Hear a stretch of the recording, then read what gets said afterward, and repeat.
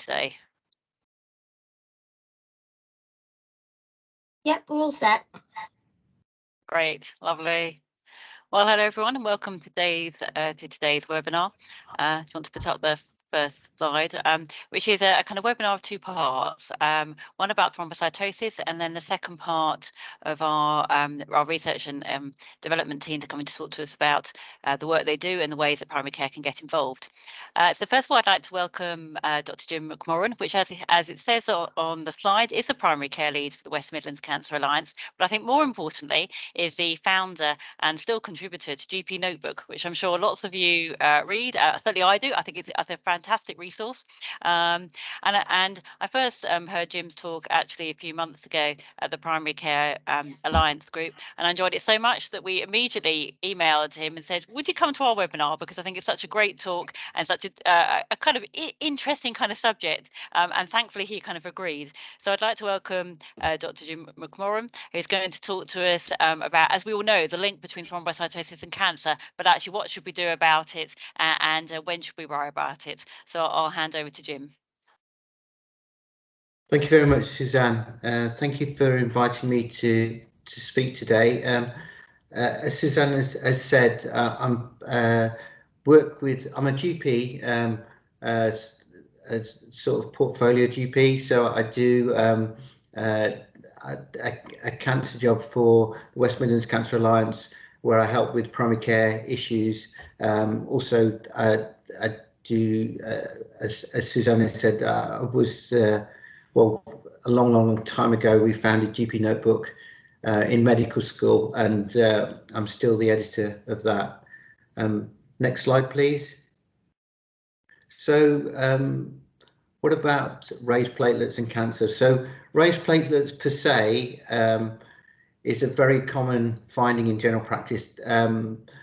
A full blood count is the most commonly requested blood test, and about 2% of those tests will have a raised platelet count. So platelets generally above 400 for our lab anyway. Next slide, please. So what are the causes of raised platelets? Well, there's lots and lots of causes, and this table gives a description of many. So clonal causes, these are rare in general practice. So polycythemia vera, essential thrombocythemia, things that generally the hematologists just get involved in.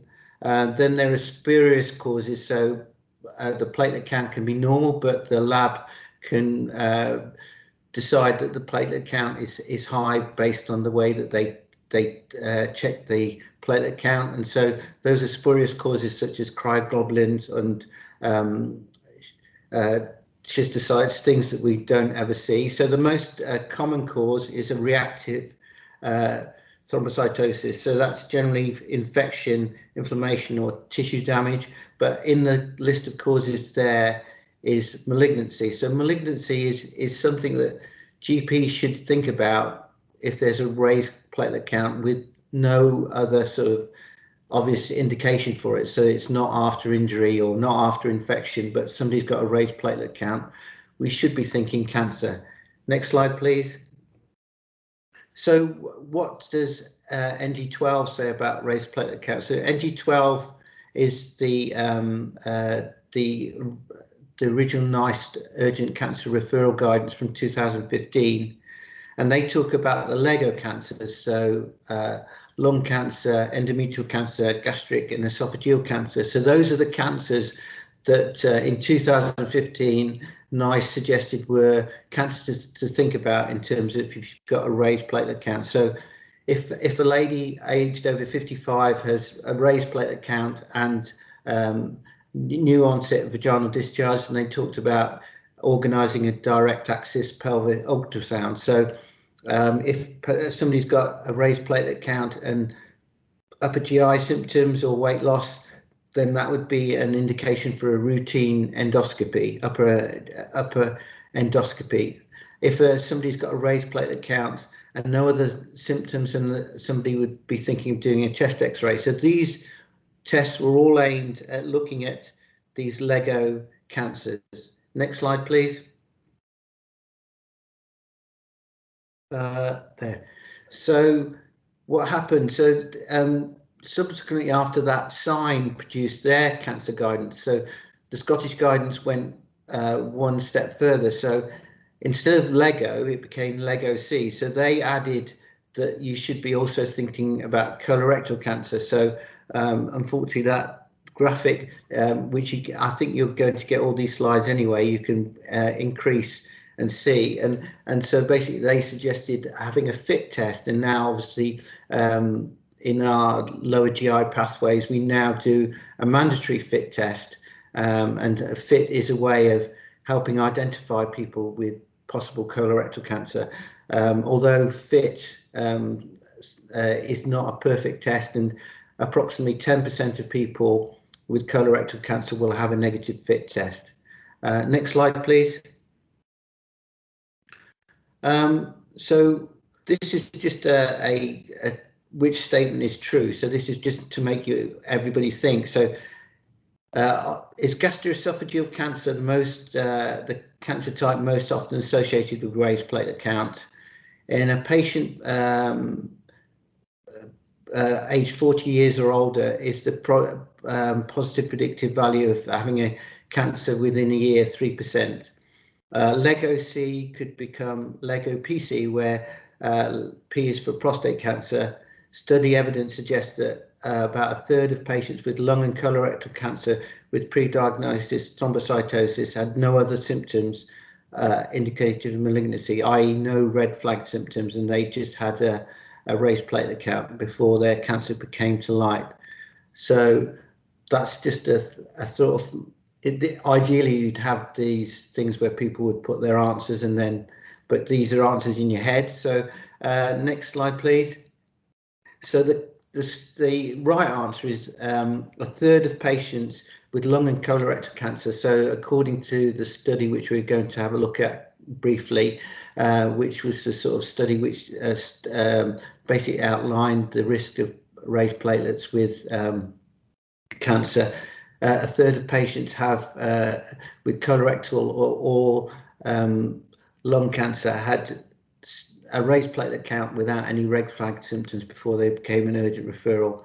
So the first one, the most common cancer type associated with raised platelet count is, well, it's almost lung or colorectal. They're very similar. So studies would suggest slightly more lung than colorectal, but approximately a third each of raised platelet counts associated with cancer are lung or colorectal. In a patient 40 years or older, positive predictive value for raised platelet count, unexplained raised platelet count, is about 3%. That's wrong. It's at least 6%, maybe 11%. So about 6% in women, 11% in men. And there's no indication that prostate cancer is associated with unexplained raised platelet counts. Next slide, please. So this again is another one in your head. So reduced platelets to lymphocyte ratio is associated with poor prognosis. Platelets activate elevated platelet count adjuvates tumor progression by promoting formation of new blood vessels and producing adhesion molecules. Again, that's one in your head. So next slide, please.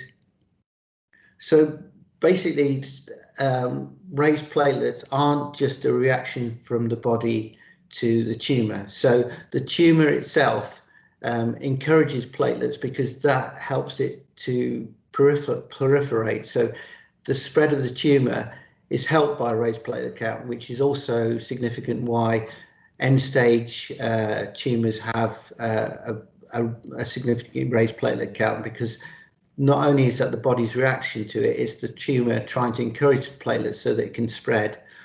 The first one, reduced platelets to lymphocyte ratio associated with poor prognosis. Basically, it's the other way around. So if you've got a tumor which is active, it's basically suppressing your own immune reaction. So you've got a low lymphocyte count, and you've got a raised platelet. So relative to that, so these parameters can be looked at in terms of how the tumor spreads. Next slide, please. So this is the study, Bailey and Anchor study, which basically showed that they looked at people who've got a raised platelet count over the age of 40, where there's no sort of obvious explanation, and they found that the positive predictive value for cancer was 11% for men and 6% for women. So a raised platelet count was more significant for men in terms of producing being a risk for cancer. They also showed that the lab reference values is not sort of easy to predict, because various labs have different reference values. There's one lab in North Devon which has a significant level of raised platelets if it's above 600. Some labs have 450. Our lab has 400. What they showed was the dose response curve in terms of the chance of having a cancer was increased by platelet counts greater than 325. So that's suggesting that our general platelet sort of level of significance for many labs is wrong. Also, what was shown was that if you've got more than one unexplained raised platelet count in the 6-month period, so you've got a raised platelet count, you do the normal GP thing and think, well, I'll repeat it again, and we'll give you a month or 2 months, and it's not very high. There's nothing that we can find. But if you've got 2 raised platelet counts, unexplained raised platelet counts, and they didn't describe what the period was, but they said within the 6 months, then the chance of having cancer was increased to 18%. So that meant that even more significant in terms of you've got a sequence of raised platelet counts, then that is an indication of possible cancer. Next slide, please. So this is just really going over that again, that is 400 a reasonable threshold. The data would suggest that not only is the absolute value different, which should be sort of brought down, but also that you could even get to the situation where you get platelet count reference ranges based on age and sex, and so that may well happen in the future. I don't think it'll happen in the next few years, but certainly the data is there to suggest that platelet counts is a very approximate thing, and so that as you've seen, a raised platelet count was more significant in men than women, and you can actually look at age thresholds as well. Next slide, please. So this is a difficult one. So there was a study in the British Journal of General Practice in 2020, which basically suggested that, which is reflecting probably what we've just gone through, that a high normal platelet count was suggestive of a way of predicting cancer. So if you had an individual who was greater than 80 and you compared a high normal count compared to a count between 150 and 325, so 376 to 400 versus 150 to 325, that there was a significant difference in terms of more cancers would be diagnosed in the patients who had a higher platelet count. So again, reflecting that the platelet counts per se, that the most predictive cancers associated with raised platelet counts were lung cancers and colorectal cancers.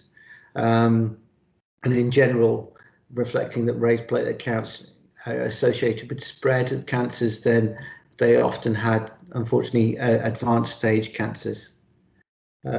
Next slide, please. So there was this big study in Ontario, where they looked at nearly 9 million people. They looked at people who had cancer versus people who didn't have cancer. They constructed a distribution of platelet counts based on the people who didn't have cancer. So they divided those into very low percentiles, low, medium, high, very high. From memory, I think the very high was like over 450. And so then they looked at that in terms of what cancers you can predict or whether there was any significance. Next slide, please. So what they showed was that a very high platelet count was associated with diagnosis of colon, lung cancer, stomach cancer, which are cancers that were already described, but also ovarian cancers. And so that the odds ratio was greater than 4 of having those cancers compared to somebody with a very high, the control population. So, and of significance, they showed that nearly 20%, nearly 1 in 5 patients who had a very high platelet count ended up being diagnosed with cancer within 6 months. So again, it's suggesting to GPs that we should be thinking about raised platelets. And I think, well, in EMIS, which we have, which I think a lot of GPs obviously have, there's a prompt comes up about raised platelet counts, isn't there, to think about cancer. Next slide, please. So what does that mean? So they basically suggested that people would have a spiral CT, a lung CT, a colonoscopy, and a CA-125 or transvaginal ultrasound. Obviously, in NICE guidance, it talks about doing a chest X-ray, but a chest X-ray basically misses about a quarter of lung cancer. So a CT is more valuable. For a raised platelet count, we don't obviously just get a colonoscopy, but in Coventry and Warwickshire, our ICB, we have as a criteria for the use of symptomatic fit raised platelet count, so that if somebody's got an unexplained raised platelet count and over 40, then they're able to request a fit test, and that's has sort of diagnosed cancer in individuals that have been fed back. But we're doing an audit to find out how useful it is in terms of finding colorectal cancer, but it certainly has. CA-125 is useful, but it's age dependent. So basically, if you look at CA-125 as a test, then data would suggest that, say, about 3% of women in general will have, on average, cancer at a CA-125 of greater than or equal to 53, but it varies. So the 3% in general, but 3% of women having cancer at the age of 40 is something like 104, and 3% of women at the age of 70 having cancer would be a level of 32. So again, like platelet count, it shows how age influences the relevance of the marker. Next slide, please. Whole key message here. Next slide, please. So basically, the full blood counts are used all the time. As I say, it's the most common test to be used in general practice, and approximately 2% of tests will have a raised platelet count. Most commonly, it's a reactive thing, and as I say, infection, inflammation, tissue injury, they are the most common causes. But it's important to think of malignancy. As I say, if you think about an unexplained platelet count in somebody aged over 40, then you're looking at 11% cancer within a year, or for men, and 6% for women. I say the NICE guidance talked about Lego cancers, so lung, endometrial, gastro and esophageal. That was added to by SIGN with Lego C, so colorectal. And they say this latest study from Canada showed ovarian cancer. So, you know, in general practice, things like a chest X-ray, CA125, they're easy to do, and so those sort of tests which we can do are appropriate to consider in people with a raised platelet count. It may well be with these rapid diagnostic centres, we should be having access to more things like CT, so we'd be able to do a lung CT scan if somebody got a raised platelet count and we're worried for some reason about lung cancer, and so we can do that as a direct test, hopefully in the future. Next slide, please. That's it. Thank you. Thank you very much, Jim, for a really interesting talk. And actually, you mentioned about the rapid diagnostic service. So we do have a rapid diagnostic service in our area that's actually GP led, which is great. I think we're kind of fairly unique actually in the country regarding that. But actually, as you say, I think we have what we do is we have some kind of pre-investigations, which do include chest X-ray, fit test for going into the rapid diagnostic service, and then actually they can decide the service decides then whether to do a CT, chest, abdo, pelvis. But I guess it's really useful for people to think about that actually if you're worried, and if someone does have a raised platelet count, that actually one of our criteria for the RDS is GP, kind of gut feeling, and actually it'd be entirely appropriate to send them on to the rapid diagnostic service based on actually quite a really high instance, isn't it? Which actually has got a bigger positive predictive value compared to quite a lot of our pathway symptoms. Yeah, I mean the original Oxford, the original CAN scan from Oxford, they had a positive predictive value of 14%. So compared to the sort of 3%, which is what NICE NG12 is based on. I mean, now it's slightly lower. I think it's like 10% or something, but I mean it's still high, and so certainly the thing about gut feeling is very important. So GP gut feeling is an evidence-based thing. It's not just, we think, GPs know our patients, therefore we're more likely. But if you look at the sort of evidence, if you add GP gut feeling to it, it increases the risk by 4 times compared to not concluding that. So GPs know their patients, and if they're suspicious of cancer, they pretty well are right most of the time. You're right. Actually, you saying about GP gut feeling. So Kate gave a presentation. She's from our rapid diagnostic service at one of our meetings. And actually, she said that it also increases with age. So that's good because I'm old. So that's very reassuring to know that actually, I just become wiser and as I kind of get older. And as Vicky's put in a comment that we've got a clinical decision making tool that's going to be going live actually hopefully next week called See the Signs. And I know that within that actually that you were mentioning about EMIS, that within that there are prompts around thrombocytosis as well. So I think kind of just to kind of say, because it uses AI to pick up obviously a variety of different things, and again that uses that to raise alertness if that someone might have cancer.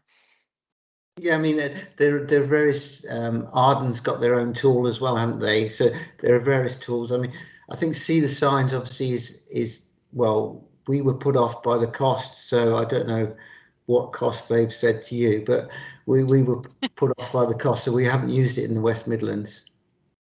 Vicky's got her hand up. Do you want to comment? We were a bit as well initially, but we managed to source some funding from it through the Cancer Alliance, and I think it's an investment worth doing. When we looked at the sort of procurement of such a system, there was only I think 2 that came up, through the process we follow, and Arden's wasn't actually one of them. But we've raised that with them and said you might want to look at that. Yeah, because, Ardens are funded by the NHS, aren't they? So you'd expect it to be. But I mean, we don't have anything sophisticated. We've just got. I mean, most GPs have EMIS, but there's a prompt that comes up. This person's lost weight, or this person has got a raised platelet count. And so it is prompting GPs to think about it. And as I say, we don't have the absolute data, but certainly sort of like case reports, people have said, oh yes, I had somebody with a raised platelet count and they ended up as having colorectal cancer or something like that. So, you know, it is definitely a useful thing for GPs to be aware of. Yep. And as I say, the goal is to be able to diagnose 75% of cancers at stage 1 or stage 2 by 2028. So, you know, that's the mantra, isn't it? So all these things will be there. You're probably going to have GRAIL as well, aren't you? So GRAIL, the sort of blood test. We got GRAIL, yes, yeah. All these things are coming up, aren't they? Yeah. I mean, well, just a slight side sheet with GRAIL. So there's a trial called Simplify, which you might know about, but that's basically using GRAIL in the 2-week wait pathway, which was used in Oxford, and they basically showed that the positive predictive value went from 3% to 75%. So 75% of cancers would have a positive GRAIL test plus NG12 symptoms. So basically, but you're still obviously missing a quarter, and so GPs again still have to be aware of that. Well, thank you very much. Before we move on to Ileana, any other comments or questions for Jim? I'm sorry it's been so boring. I think probably because actually you've given such a comprehensive overview that actually probably there isn't anything else to say. That kind of this is the second time I've kind of heard the talk, but actually it's you know, you absolutely have it all there, basically all the information that we kind of need to know. In fact, Clara's got her hand up. Clara, you're on mute. Sorry, half asleep. Really interesting. Thanks, Jim. I don't get to hear many presentations like that anymore, so it's lovely.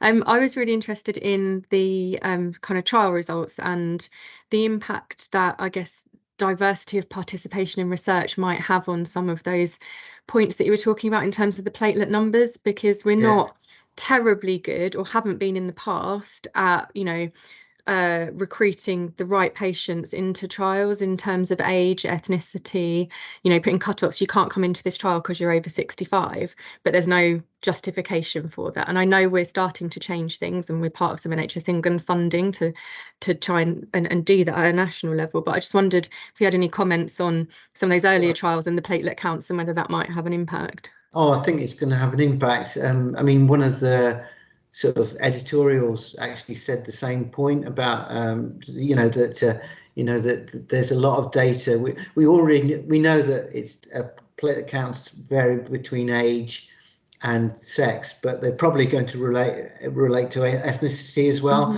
But we don't have that data. So at the moment it's very. I mean. I won't go say if I'm not a GP in say 8 years or so or whatever, then, you know, then I think after that, then you're probably going to have you know, sort of that sort of, you know, specificity in terms of lab things. But I mean, I'm sure in decades in the future, they'll look at the way that we use platelet counts and other reference ranges and say, how did they do that? Because it's going to vary a lot between a lot of factors of that individual, and so that we approximate everything at the moment, I'm sure. So I wonder if things like secure data environments and pooling lots of data together into big cohorts where we can look back at and really start to analyze those larger sort of cohorts of patients to look for these differences in ethnicity and platelet count. So I think there's opportunity coming, but yeah. Okay, thank you. Yeah. Well, thank you very much, Jim. And now if we move on to Ilana Roku, if I said that correctly, who works for the Applied Research Collaboration. She's going to talk a little bit about what it is, what her job does, and also the exciting opportunities for primary care. And then we're going to be moving on to Clara, who you just kind of saw just now, who's Associate Director of Research here in the ICB. So I'll pass over to Ileana. Hi, hello, thank you. So I am working for the ARC East of England core team. I'm a senior program support officer, and as mentioned, I will talk about what the NHR ARC East of England is doing, what we are, give you an overview of the research themes and the focus that we have, and talk a little bit more about the ARC fellowship program that some of you might be interested in, and give you information about how you can find out more about our research that we're doing, and how to keep in touch and find out about the fellowship program. Next slide, please. So the NHR ARC East of England is one of 15 ARCs across England. Each ARC is made up of NHS providers, universities, NHS commissioners, local authorities, private companies, charities, patient groups, communities. So it is collaborations that they're working together in order to conduct research, applied research that address specific health issues and needs in the region that each one of these 15 ARCs is covering. And the aim is to do applied research to make a positive difference both to the services but also to patients and public, and to try to fill this gap that we're always talking between research findings and getting new evidence into clinical practice. So implementation is important step in order for us to show impact. And the aim is to increase the sustainability of healthcare systems, both locally and nationally. So we're working on our own here in the region with partnerships in the region, but also nationally in order to address the projects at different levels. Next slide, please. ARCs were initially funded for 5 years until September 2024, but this has recently been extended to March 2026. So we have an 18-month COSIT extension and will be continuing for a while. Next slide, please. In our area, the NHR ARC East of England is a collaboration between 26 organizations. We're hosted by CPFT, Cambridge and Peterborough NHS Foundation Trust, and we're working in partnership with the 4 regional universities, other NHS trusts in a region, local authorities, some ICSs, patient groups and organizations, charities, industry partners, and even though the formal partners are 26. I think we have estimated that we have worked with more than 150, I think around 180 organizations at both local, regional and national level. And ARCs must generate 25% co-funding with or from the partner organizations where they have this formal agreement in place. Next slide, please.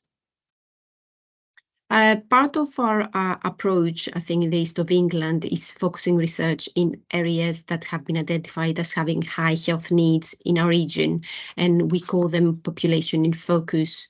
So we particularly, but not exclusively, engage and involve people in these areas that perhaps did not have the chance to get involved or participate in research. And the aim is to build an approach and to build relationships and develop community-led approaches in order to try to find solutions to the problems that each community might be facing. And these 4 areas is Peterborough and Fenland, Great Yarmouth and Waveney, Thurrock and Stevenage. But of course, we cover the whole East of England, but we try to encourage research in those 4 areas. In May 2023, we undertook a review of this approach, and the report is available now in our web pages. And it has shown that working specifically in these areas has supported a deeper understanding not only on the needs of this population, but also on the services, on the health and social care infrastructure that exists in those places. Next slide, please. So I'm going to talk more about the current research themes. If you can include them all, yes, if you can press yes. So we undertake projects which align primarily with these 7 research themes, and we undertake projects that try to identify ways to best involve actively patients and public in our work, to shape together the work that we're doing and identify problems and implement them in practice. We undertake projects on prevention and early detection of health issues. We also look at the cost effectiveness of care and treatments. We have a lot of projects on mental health over the life course, projects that focus on aging and managing multiple conditions, end of life care that is available. And also we have a program that focuses on ways we can link data across services, as mentioned before by Clara, in order to identify ways we can do research with the data that we already have and gather in NHS. Next slide, please. So we have, since the beginning of this arc, I think we have developed and supported around 150 projects, if I'm correct. And we have included a couple of slides here, but you can find a lot of information in our web pages, just bites, just summaries of research that might be interested to you, and you might be able to use this information in order to implement it in your practice. So this project aimed to increase awareness of the importance of bowel cancer screening among the Muslim community and to increase an uptake. So the British Islamic Medical Association, in collaboration with members of the community, tried to develop and delivered a 1-hour educational session across mosques, across Luton and Peterborough, where it has been identified that there was a low uptake among the Muslim population in comparison to the wider population. And the underlying idea was that by tailoring the intervention, so this 1-hour educational program, to the specific cultural and religious background and needs of the population, then the health professionals could make the information more accessible. And the initial findings suggest that, yes, it does indeed, the intervention improve engagement around screening and awareness about the symptoms. But the research team is also doing further analysis of the data to see whether this has been translated in actual screening, in more uptake in this community. Next slide, please. This project is a project that surveyed patients, reviewed the literature, and worked with patients and practitioners to co-design an intervention with general practice teams to help people manage physical, emotional, and social problems after cancer treatment. So it was a project that was delivered and finished in May 2021, but the research team has applied for further funding in order to evaluate it further, and work is currently being taken forward to support general practices in England to deliver the quality and outcomes framework indicators for cancer. Next slide, please. So other areas we focus on, as we've mentioned, we do research to explore ways we can involve public and the communities in our research at different levels, not only participants, but also to try to work together as a collaboration to do research in areas that are important and try to identify solutions to problems. We have a number of initiatives that support professionals to make a start or continue developing their research skills through regional and national schemes. And we'll talk about one of these today, the ARC Fellowship Program. And we also work with Health Innovation East in order to identify ways that we can put research findings into practice. Implementation is a very key theme for us. Next slide, please. So the ARC East of England Fellowship Programme. The fellowship program was established back in 2010, and it is primarily aimed at, well, it is aimed at people who work in health and social care. It can be clinicians, health and social care practitioners and managers, people from the voluntary sector, and it can be from both clinical or non-clinical, with both clinical or non-clinical background, who work across the East of England.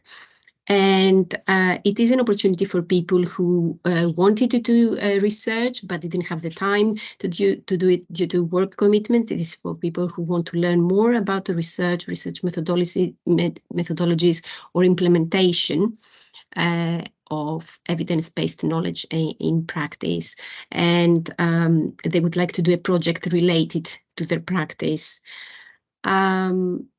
The ARC fellows are funded by ARC for 1 day per week for a year to a maximum of £12,500 in order to carry out a research or an implementation project during this fellowship year. And this happens under the supervision of a senior academic or a senior clinician. So we try to align the supervisor with the topic that has been chosen by the fellow, so that appropriate guidance and expertise is provided throughout the year. Fellows also have the opportunity to attend a series of workshops.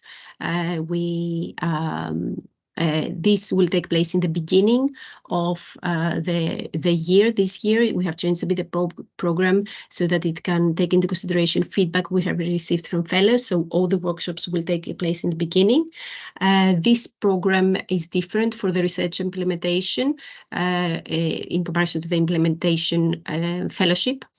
And it covers a range of subjects and issues. It can be from patient public involvement to research methodology, to statistics, to change management, to systems thinking. And in addition, fellows have the opportunity to attend actual learning sets, which is a wonderful opportunity to share experiences, seek advice and guidance, and collaborate with their fellows, with the other fellows of the program, and is a good way to receive peer support. At the end of the fellowship, the fellows have the opportunity to showcase the work that they've done. We organize an annual fellow showcase that this year will take place, I think, in the beginning of March. And they have the opportunity to share the findings, but also to prepare a poster. So as I mentioned, there's backfill funding in order to ensure that people have dedicated time every week to undertake the project and then the workshops and participate in action learning sets, so to have the time and space to reflect on the topic, but also learn and do their project. Next slide, please. So since 2010, we have awarded 128 ARC fellowships. As we mentioned before, we recruit fellows from across the east of England, and there is no need to have previous experience in research.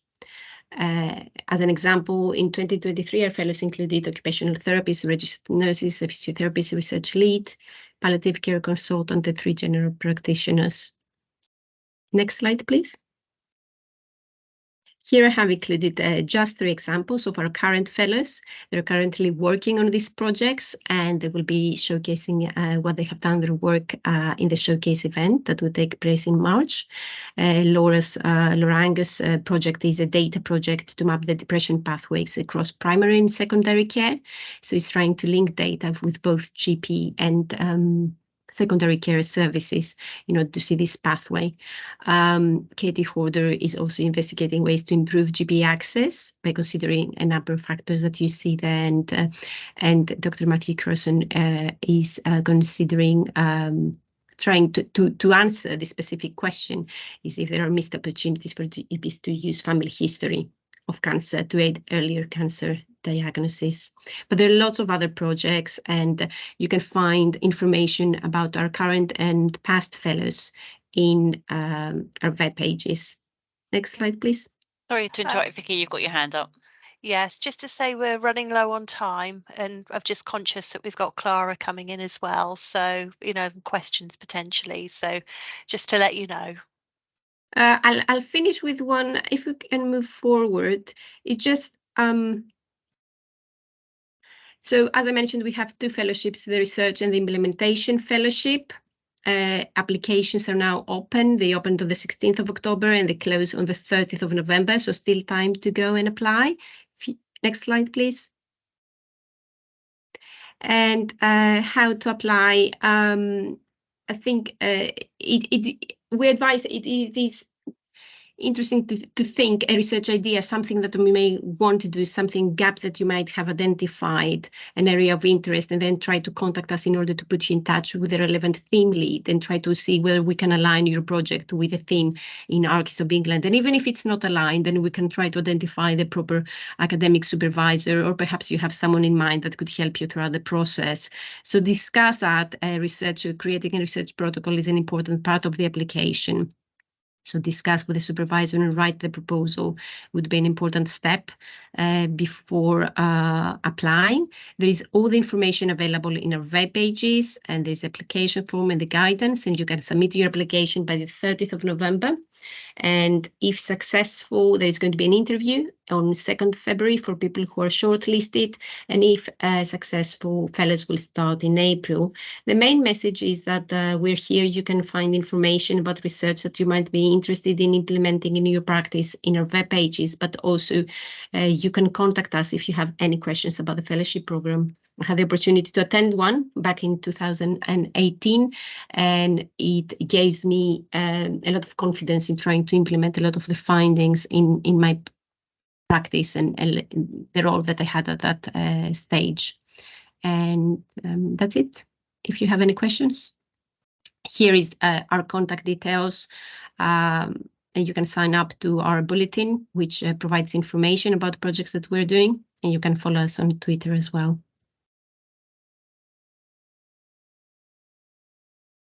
So thank you very much. Oh, Ileana, am I frozen? No. Oh no, sorry, I was just going to check into it. So thank you very much. What we might do is move on to Clara, and then if anyone's got any questions, perhaps take them at the end. Okay. So I'd like to introduce Clara, who actually works here within the ICB, and director actually of the research and innovation team. And again, she's going to talk about how the ICB can help primary care. So over to you, Clara. Thank you. So yeah, as Suzanne said, I'm here just to talk about the research and innovation team within the ICB and who we are and what we do, and some questions really for primary care. And we'll be coming out to PCNs as well to find out a little bit more about what you would like from us. So with the next slide, please. So this is the current kind of scope of the work that we do within the research and innovation team at the ICB. Our focus is really on primary and research which takes place in non-acute trust settings. And I know for many research active practices that the clinical research network are your kind of first, your front door into research. And they were really fantastic and we work with them very closely in terms of research delivery. But our focus is sort of the whole research pathway, I would say. So not just focused on that delivery of research and recruiting participants into studies. So we have a research design arm where we work with researchers and linking people with academics and clinicians. We can review and cost research grant applications, and we can provide design advice. And that team has been built up over the last 10 years, so we have got significant expertise there. We also have a remit to support and build capacity and capability in primary care, and this is something we've just employed a research development lead to really develop our work and our reach out into primary care. So you may well be hearing from us in future. We have a recently employed head of innovation, just in post since the beginning of October. This is a jointly funded post with Health Innovation East, and we're really looking to set up kind of systematic ways across our system, particularly at the moment within NHS provider organisations, including primary care, around some governance on how we identify and prioritise innovations for our system, and support with applying for funding to bring innovation in as well. So that's just at the very infancy, and we've had a bit of a baptism of fire in the last month, but it's been brilliant to find there's lots of enthusiasm out there. We have a sort of more standard offer for research, which is what you would probably see in an acute trust in terms of research management and governance. So really an R&D department core function, which is assisting with implementation of research studies. We hold contracts for National Institute for Health and Care Research grants within the ICB. So where we've supported the development of that research and we hold the contract with the Department of Health, that brings extra funding into our team and for the system for building research capacity and capability.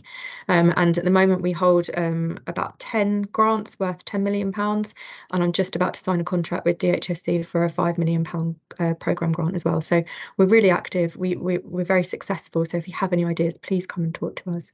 We can also assist with research governance queries, and we're starting to support more broadly commercial research across Norfolk and Waveney primary care as well. There's real opportunity there for bringing quite a lot of income into our primary care system. We will hopefully by the end of our ICB restructure have a quality improvement lead in post, primarily to support quality improvement in primary care. We know it happens in pockets. There's not necessarily a coordinated approach to that or to training, and we have a system-wide quality faculty which can really support with sharing those ideas across the system as well, and that happens already, and if anyone's interested we can provide more information.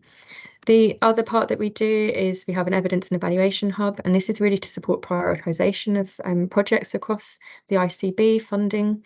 What will the ICB fund in terms of projects and running costs, and we can provide evidence briefings to support colleagues to make the best case for what they're looking for.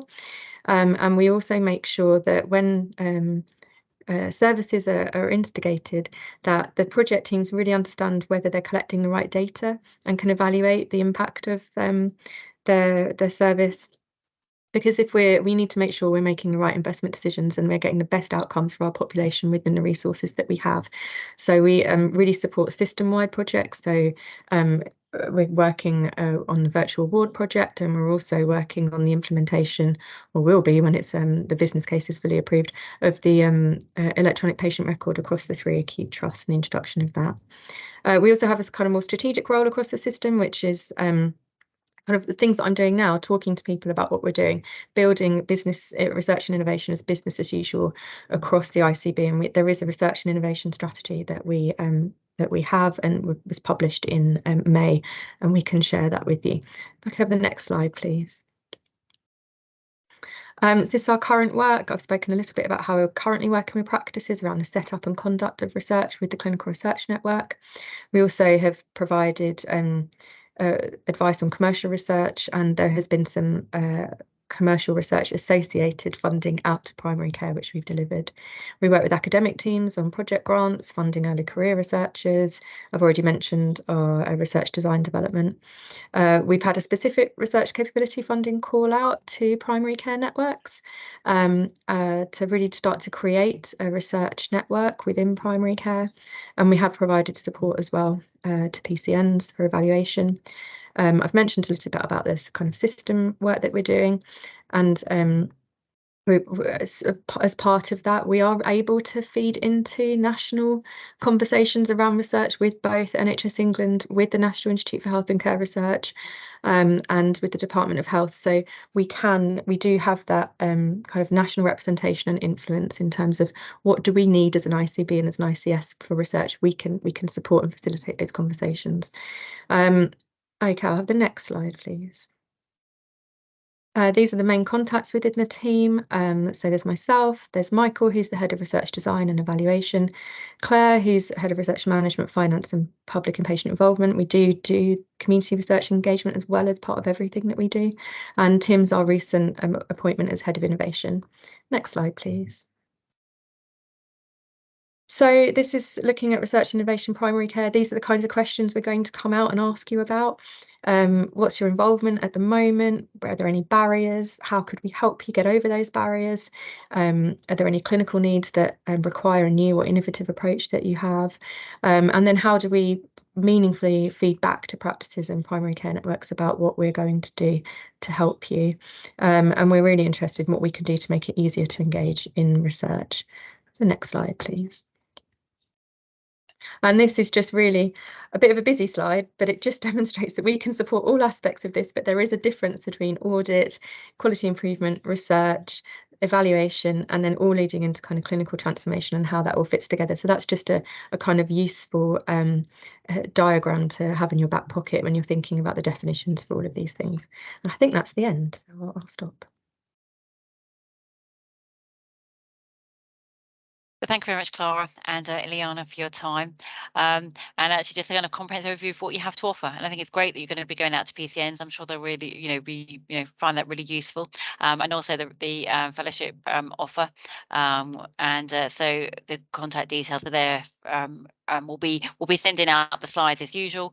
So if anyone does want to contact you, obviously they'll be able to do so. And also as usual, we kind of will send out the YouTube link to this webinar as well.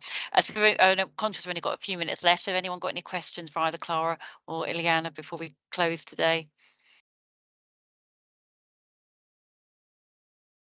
I don't think so. I just want to say actually thank you, Clara, actually to your team, because actually we do benefit very much from particularly the evaluation side of things. You've evaluated quite a few of our programs, which are really useful going forward for our business cases. So thank you, and we work, as you know, quite closely with Michael and kind of the rest of the team. But to say yes, there are certainly us within the ICB find the evaluation team, extremely helpful. Fantastic, thank you. I'll feed that back, Suzanne. Thank you. So if no one's got any kind of questions, I'm sure everyone's kind of got other things to go off and do. Just to say that next month's webinar is going to focus on breast cancer. So we've got the lead clinical nurse for Northcote Norwich from breast cancer is going to talk a little bit about some of the support on offer and also about side effects and what to look out from currents. We've got also 2 people from a new service that's going to be piloted and kind of set up a late effects clinic. So for people who have had previous treatment, either that be radiotherapy or chemotherapy, and then experiencing long-term effects from those, they're setting up a service and will tell us more about what things to look out for as GPs, who will be suitable for this clinic, and also how to kind of refer in. So thank you very much, and have a good day, everyone. Thank you. Thank you.